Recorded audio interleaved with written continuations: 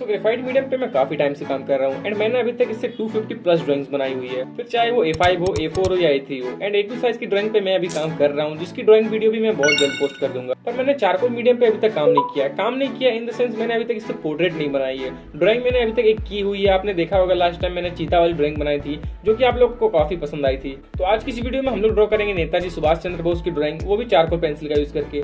And मैं इसमें charcoal pencils plus powder दोनों का यूज करने वाला हूँ। देखते हैं रिजल्ट कैसा आता है, कोई आइडिया नहीं है कि बन पाएगा या भी नहीं बन पाएगा, पर इसे कंप्लीट जरूर करेंगे। तो वीडियो पे लास्ट तक बने रहिए।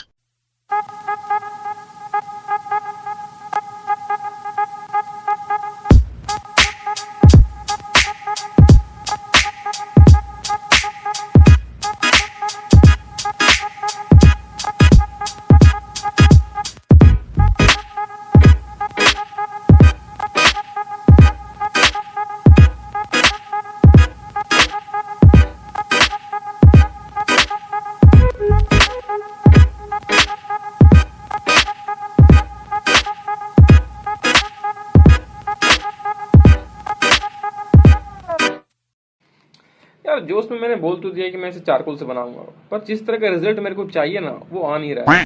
और मेरे को अब डाउट होने लगा कि मैं क्या करूं, बनाऊं या ना बनाऊं इसे आगे। और पता है मेरे को लगता है मैंने रॉन्ग साइड पे ड्राइंग बनाना स्टार्ट कर दिया।